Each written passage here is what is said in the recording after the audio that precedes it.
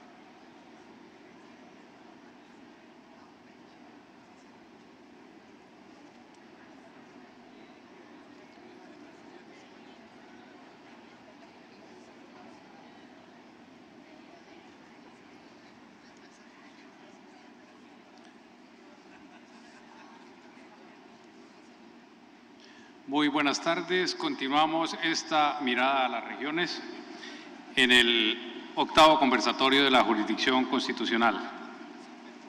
Esta tarde con temas sobre los tributos en el ordenamiento constitucional, autonomía territorial en Argentina y reflexiones constitucionales sobre la región Caribe.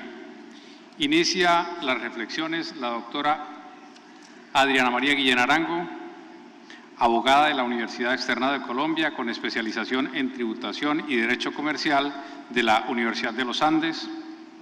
En su experiencia se ha desempeñado como procuradora delegada ambiental y agraria a nivel nacional ante la Corte Suprema de Justicia y la sección tercera del Consejo de Estado, magistrada auxiliar de la sección tercera del Consejo de Estado, gerente jurídica de la presidencia de Caracol Televisión, magistrada auxiliar de la Corte Constitucional. Desde el pasado mes de mayo es magistrada encargada de la Corte Constitucional. La doctora Guillén nos hablará de los tributos en el ordenamiento constitucional. Buenas tardes y bienvenida, doctora Guillén. Bueno, muchas gracias. En primer lugar, quisiera agradecer a la Universidad del Norte por habernos recibido el día de hoy aquí en Barranquilla, a todos ustedes, los estudiantes de la universidad, los abogados litigantes, los funcionarios públicos que nos acompañan en el día de hoy. Quisiera también agradecer a todos los magistrados de la Sala Plena de la Corte Constitucional por la oportunidad que me dieron para acompañarlos durante estos 4 meses en calidad de magistrada encargada.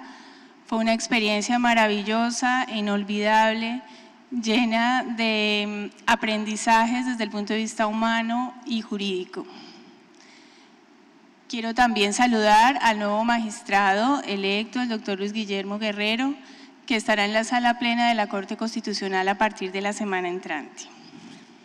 Bueno, en esta oportunidad les voy a hablar a ustedes sobre la descentralización fiscal o autonomía financiera de los entes territoriales. Y para hablarles de este tema, considero que es necesario hacerlo en principio desde la teoría económica. Teóricamente se habla de descentralización fiscal en todas las sociedades en donde el sector público está compuesto por diferentes niveles de gobierno. En ese orden, cuando en esos diferentes niveles de gobierno se asigna la responsabilidad del gasto, pero también la responsabilidad de crear los ingresos, estamos frente a una figura que se conoce como descentralización fiscal. Ese es el ideal desde el punto de vista económico o lo que conocemos como autonomía financiera. Esa autonomía financiera depende de identificar qué tipo de impuestos deben estar radicados en el nivel local y también identificar qué tipo de bienes y servicios tienen que estar allí radicados. En ese orden, cuando los bienes y servicios están dirigidos a poblaciones especiales de la población, lo ideal es que estén radicados en el gobierno local y que sea el gobierno local capaz de producir los ingresos para hacerlos autosuficientes. Desde ese punto de vista, entonces, existe, o en contrapartida a eso, el nivel central se deberá encargar de prestar todos aquellos bienes que sean de carácter general, por ejemplo, la defensa, la justicia, y en ese orden el nivel central debe atender con esos ingresos propios esos servicios generales. Solamente cuando se genere lo que los economistas llaman externalidades o diferencias entre el gasto y el servicio público a prestar, debe entrar el gobierno central a asumir esas diferencias a través de un sistema de transferencias. Desde este punto de vista existen muchos modelos de descentralización fiscal, pero normalmente esos modelos oscilan en dos puntos extremos. El primero, en el que hay una plena concentración de la ejecución de gasto y una plena autonomía en la producción del ingreso, y en el otro extremo de la balanza tenemos aquellos estados que priman por el centralismo en el nivel central. El nivel central es el que crea los impuestos, es el principal recaudador de impuestos y por supuesto es el responsable directo de la generación y prestación de servicios públicos. Desde esta apreciación teórica, ustedes podrán ubicar a Colombia. Colombia está más del lado del centralismo fiscal que del federalismo fiscal. Y eso ha sido así desde hace más de 40 años. Con la Constitución de 1886, una constitución centralista por excelencia, se consagró una estructura de centralización en los niveles de gasto, pero también en la ejecución de servicios. En principio no se sintió mucho porque recuerden que veníamos de una constitución federal, donde había un cierto grado de autonomía fiscal. Pero empezó a marcarse a partir de la terminación de la Segunda Guerra Mundial, más o menos a 1920 o 1930, en que el gobierno central empieza a acaparar las funciones de prestación de servicios públicos y también empieza a acaparar los ingresos producidos sobre todo por el impuesto a las ventas en ese momento. El 85% del ingreso de impuesto a las ventas entraba al nivel central. Y esos recursos se canalizaban a través de los gobernadores, que recordemos eran los representantes del presidente en el nivel territorial. En consecuencia, este marcado centralismo de estos años llevó a la absoluta ineficiencia del Estado. Un Estado que centraliza la prestación de los servicios públicos no puede ser un Estado eficiente. En consecuencia, a finales de los años 60 y principios de los años 70, se dieron cuenta que era necesario empezar a descentralizar la prestación de los servicios públicos y en consecuencia a descentralizar el gasto. Y ahí, con la reforma del Acto Legislativo número 1 de 1968, entonces, se introduce la primera figura de transferencia fiscal. Y esa figura es la que conocemos como situado fiscal.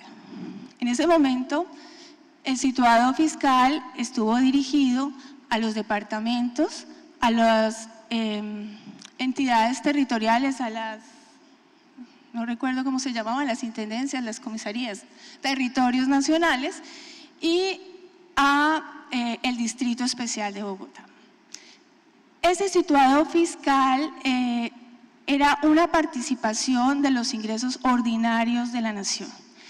Y era casi un 55% de esos ingresos, de donde el 30% de ellos se distribuía teniendo en cuenta la población, el número de población, y el 70% atendiendo a criterios como los de eficiencia fiscal. No obstante, este modelo tampoco sirvió, y tampoco sirvió porque el gobierno nacional se creó una serie de entidades descentralizadas a través de las cuales estaban canalizando esos recursos. Y entonces crea lo que se llamó los fondos educativos regionales y los servicios seccionales de salud. Y era a través de esas entidades que se giraban los recursos del nivel central al nivel territorial. Fíjense entonces cómo seguimos con una línea de marcado centralismo. Ese situado fiscal estaba directamente dirigido a salud y educación primaria, no estaba dirigido a todos los servicios que prestaba el Estado. Es así como se expide la Ley 46 de 1971 y la Ley 33 del 68, que resultó ser, como les dije, un sesgo, seguía manteniendo un sesgo centralista. Solamente en el año de 1976, con el gobierno de López Miquelsen, se propuso un cambio en la manera de pensar sobre el autosostenimiento de los municipios. Es ahí donde se gesta la idea de dotar a los entes territoriales de autonomía para producir sus propios impuestos, para ser autosostenibles. Ese acto legislativo no pasó, pero después de algunos años, específicamente en los años 80, la Misión sobre Finanzas Intergubernamentales, que hizo una serie de sugerencias en la modificación de la estructura del Estado en esa época, al darse cuenta de que los niveles de transferencia eran muy importantes y que era necesario fortalecer a los entes territoriales, recomendó hacer autosostenibles a los municipios. Y es así como surge la Ley 14 de 1983. Por primera vez, esta ley establece un sistema de impuestos para los entes territoriales, para hacerlos autosostenibles. Esta ley es la que crea la Ley de Impuesto Predial, crea el Impuesto de Industria y Comercio, crea los impuestos departamentales a los cigarrillos, a los licores, a la gasolina, se crea el impuesto de degüello de ganado. Es decir, esta ley es un paradigma en ese momento para dotar a los entes territoriales de autonomía fiscal.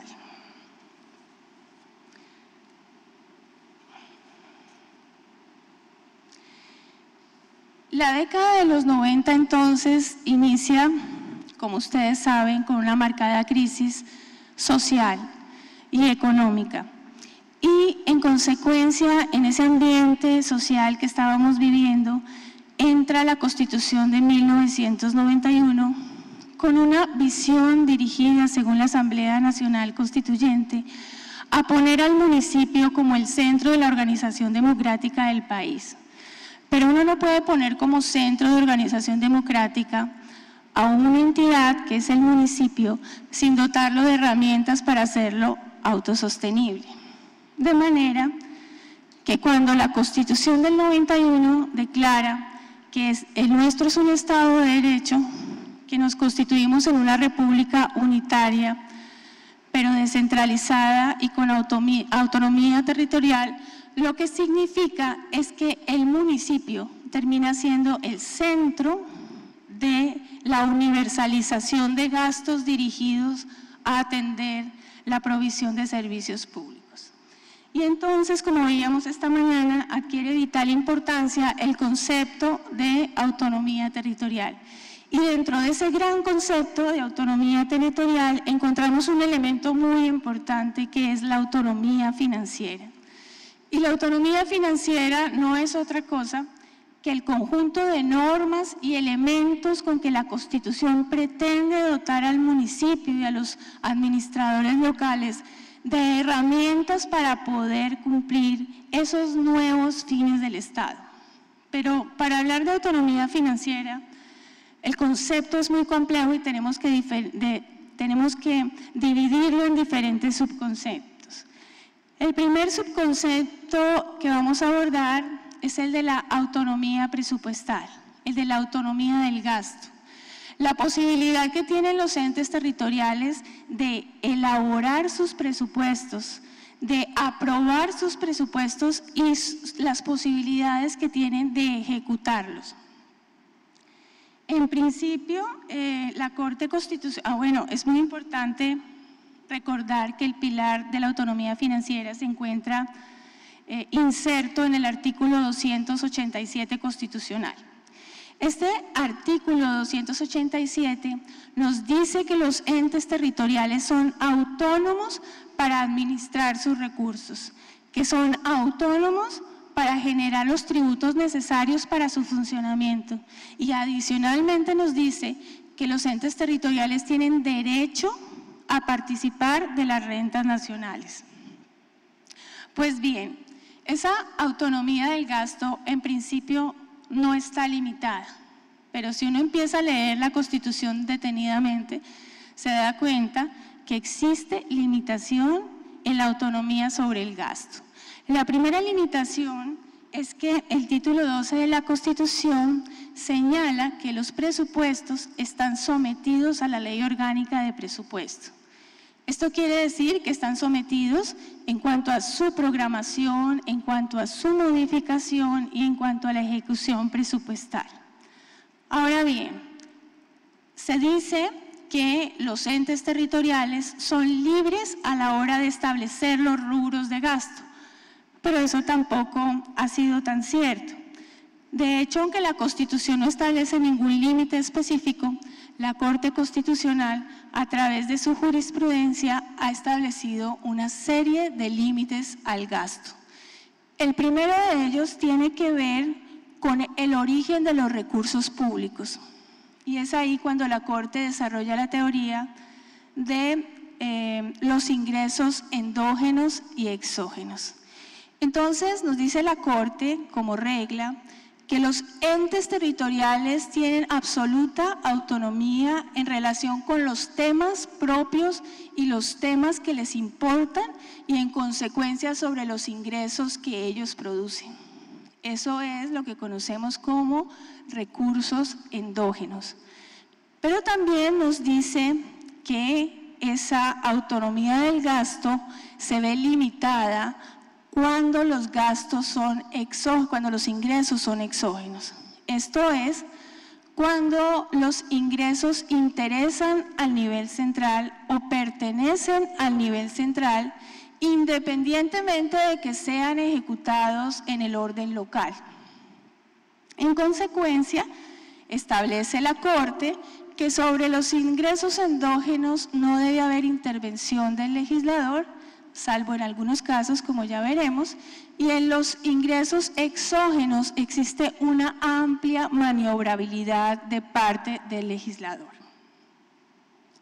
Esa línea jurisprudencial la pueden ustedes encontrar en muchísimas sentencias, pero las pioneras fueron la C-897 del 99 y la C-579 de 2001, en la medida en que estas jurisprudencias están avalando la limitación del núcleo central de la autonomía sobre el gasto. Un ejemplo de ello lo constituye la Ley 617 del año 2000. A través de esa ley se estableció un límite a los gastos de funcionamiento de los entes territoriales. Y precisamente esa ley fue demandada porque de acuerdo con el actor se estaba violando la autonomía financiera de los entes territoriales. En ese momento dijo la Corte que en algunas oportunidades era posible para el legislador intervenir en la administración de estos recursos endógenos, porque acuérdense que los gastos de funcionamiento en la mayor parte de sus componentes son recursos propios, y lo hizo con el fin de evitar que al desbordarse los gastos de funcionamiento los municipios se volvieran municipios inviables.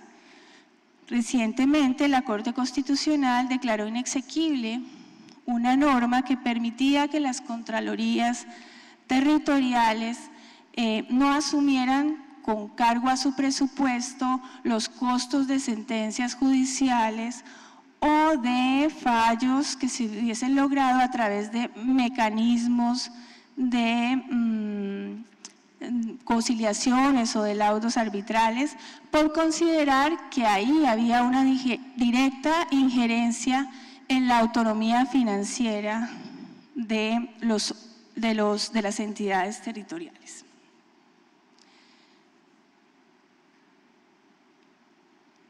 En cuanto a lo que tiene que ver con la autonomía del gasto. El concepto de autonomía financiera también tiene que ver con el concepto de ingresos. Y entre los ingresos encontramos aquellos que son de origen tributario y de origen no tributario. Pero antes de esto, la siguiente. Eso. Yo quiero que ustedes miren en esta diapositiva la cantidad de competencias que la nación le asigna a los departamentos y a los municipios. Y cómo en realidad en Colombia, y lo vamos a ver acto seguido, lo que ha pasado es una descentralización de servicios públicos y una descentralización del gasto que lejos está de una verdadera autonomía financiera. Todas estas competencias que se le han asignado a los municipios y a los departamentos tienen que estar necesariamente apalancados en un sistema de ingresos. Y la mayoría de los ingresos para apalancar estos servicios provienen de los sistemas de transferencias y de regalías y no de los ingresos propios de los entes territoriales. Entonces, vamos a hablar dentro de esos ingresos tributarios y no tributarios. Vamos a empezar por hablar de los ingresos tributarios. En Colombia existe un problema grave en relación con el tema de generación de ingresos propios. Como ustedes ven en la gráfica, 989 municipios de Colombia son de categoría 6. Esto es que tienen menos de 15.000 salarios, de 15.000 salarios mínimos legales vigentes de ingreso, que tienen menos de 20.000 habitantes y en consecuencia que terminan siendo inviables desde el punto de vista tributario o por lo menos de autosostenimiento a partir de impuestos. Bien, la Constitución establece varios problemas en relación con el tema tributario. El primero de ellos es que, como veíamos, el artículo 287 constitucional señala que los municipios son autónomos para crear los tributos necesarios para autosostener sus propias competencias. Y el artículo 338 constitucional nos dice que tiene competencia para crear tributos tanto el Congreso como las asambleas, como los consejos municipales. Sin embargo, los artículos 300, numeral 4 y 313, numeral 4, establecen que tanto los consejos municipales como las asambleas departamentales para la creación de impuestos están sujetos a la ley. O sea que aquí se genera un problema al que ha tenido que enfrentarse la Corte Constitucional en materia de interpretación jurídica, porque ¿a quién le hacemos caso? ¿Al artículo 287 y 338 constitucional o a los artículos 304 y 314.4 que nos dice que están sujetos a la creación de la ley? Pues bien, la jurisprudencia ha tratado de resolver este problema a partir de varias etapas. En su primera etapa, la Corte Constitucional se fue por el lado de interpretar que, en principio, estaba por encima la ley en sentido formal. Es decir, que la ley era la encargada de crear el tributo y crear todos los elementos del tributo: sujetos activos, sujetos pasivos, base gravable, hecho generador, tarifas. Ello porque consideraba que había que darle preponderancia al principio de igualdad en los tributos para los contribuyentes y con el fin de que no se creara una competencia fiscal entre municipios. Sin embargo, en un segundo periodo, la Corte Constitucional reconsideró su posición y estableció que si bien el legislador podía establecer tributos y establecer elementos del tributo, también podía llegar solamente a autorizar tributos, de manera que todos los elementos que conformaban el impuesto podrían ser definidos por los entes territoriales. Recientemente no ha habido una posición muy clara al respecto. Tenemos algunas jurisprudencias que han señalado que si bien la ley puede autorizar los tributos, también puede definir la base gravable. Estas posiciones de la Corte, como ustedes ven, también son bastante tímidas y conservadoras a la hora de reconocer la posibilidad de los entes territoriales de ser autónomos en la creación y fijación de los tributos. Y la única manera en que nosotros podemos reclamar autosostenibilidad al municipio es dándole la libertad de que por lo menos fije los elementos del tributo. Y como podremos darnos cuenta, muchos de esos tributos resultan no siendo tan eficientes desde el punto de vista municipal. Por ejemplo, aquí tenemos como el impuesto predial y el impuesto de industria y comercio en este gráfico que vemos ocupa más o menos el 80% del recaudo nacional. ¿Esto qué significa? Que otros impuestos terminan no siendo tan representativos en el orden territorial. Pero en el siguiente cuadro, que es aún más preocupante, vemos del lado derecho cómo solamente el impuesto predial y el impuesto de industria y comercio resulta rentable para los municipios grandes, para los municipios especiales, para el municipio categoría 1 y 2, pero no resulta eficiente para los municipios 4, 5 y 6. Del otro lado ustedes ven, del otro lado están representados los municipios pequeños. Si pudiéramos ver mejor, nos daríamos cuenta que los impuestos tradicionales no tienen representatividad en esos pequeños municipios. ¿Eso qué significa? Que el legislador se ha olvidado que no todos los municipios generan industria y comercio, que no todos los municipios pueden tener como ingreso fuerte la propiedad raíz. Es decir, hay que repensar otro esquema fiscal para los municipios de categoría 4, 5 y 6, porque este esquema, que además, acuérdense que yo les hablé de la Ley 14 de 1983, nunca ha sido modificado. Nuestro gobierno nunca se ha interesado en nuestro Congreso, por actualizar el tema tributario en los municipios. Adicionalmente, pues también la jurisprudencia, antes de eso, es muy tradicional hablar de la pereza fiscal de los municipios. Y normalmente nos están diciendo que es que los municipios no hacen las tareas, no actualizan los catastros, no hacen un adecuado recaudo. Pero si ustedes ven la gráfica donde ven los punticos rojos, el crecimiento de las transferencias y de los ingresos municipales ha crecido de manera paralela al recaudo de los tributos. El problema no está en elusión o evasión desde el punto de vista municipal, ni en que los alcaldes no hayan hecho la tarea para hacer los recaudos adecuados.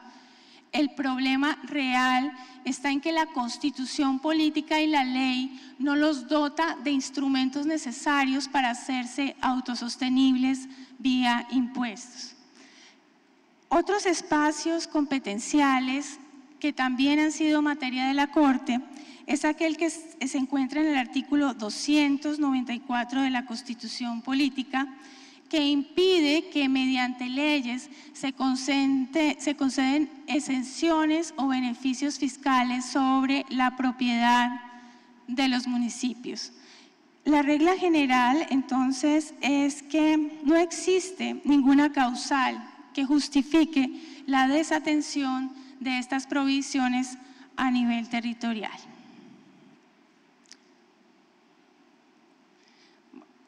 Hablemos rápidamente de dos recursos de naturaleza exógena.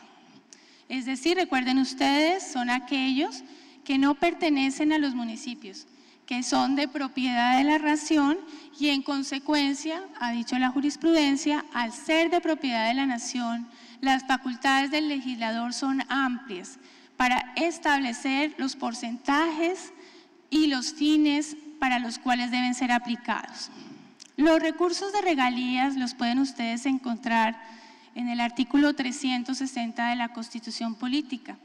Nos dice que corresponde a la compensación que recibe la nación por la explotación de recursos naturales renovables. Y esa compensación la reciben los municipios o entidades territoriales productoras, así como aquellos municipios a través de los cuales se realiza su transporte, tanto fluvial como marítimo. Quiero que recuerden que el artículo 332 constitucional dice que los recursos del subsuelo son de propiedad de la nación. Y este es un primer punto de encuentro o de diferencia con el orden territorial. Esta mañana nos decía el doctor Pretel que los municipios que soportan la explotación de recursos deben ser los beneficiados por esas regalías. Sin embargo, vemos que desde el punto de vista constitucional y desde el punto de vista jurisprudencial, los clasificamos como recursos exógenos. Pues bien, a partir de la Constitución de 1991 y de la Ley 141 del 91 que reguló el tema de las regalías, se dividían las regalías en regalías directas y regalías indirectas. Las regalías directas, 80% de ellas se giraban directamente a los municipios productores y transportadores y el 20% se giraba al Fondo Nacional de Regalías y del Fondo Nacional de Regalías esos recursos iban a fomentar la explotación minera, la conservación ambiental que causaba la explotación minera y a financiar macroproyectos de interés territorial. Este cuadro es importante para que ustedes vean cómo el 79%, casi 80%, era el total de regalías directas y el resto pues a través del Fondo Nacional de Regalías.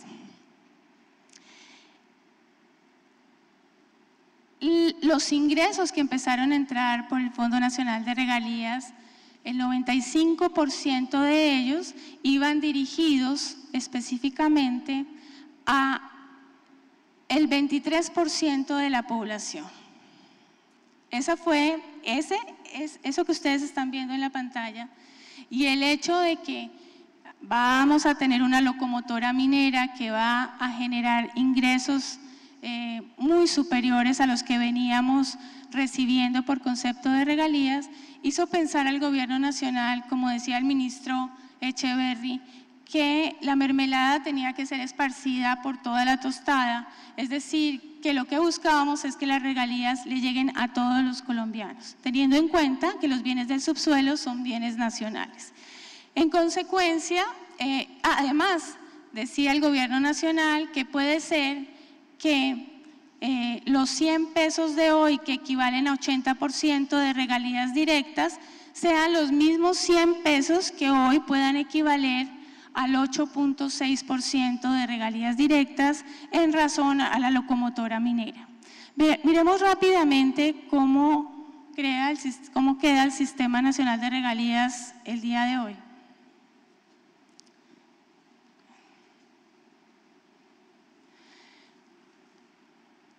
Este cuadro lo que les muestra es cómo va a ser la distribución con el nuevo acto legislativo, el número 01, en virtud del cual ya no se habla de regalías directas o indirectas, sino que se habla de un sistema general de regalías.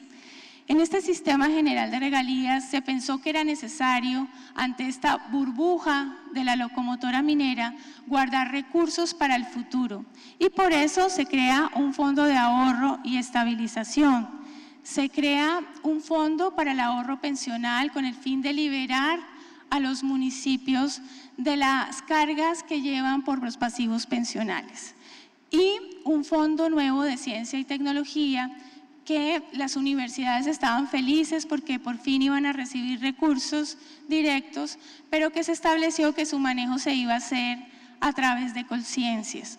Hoy en día nadie sabe muy bien qué hace Colciencias ni quién es el director de Colciencias, pero seguramente cuando tenga 1.5 billones de pesos que administrar, todos vamos a saber quién es el director de Colciencias.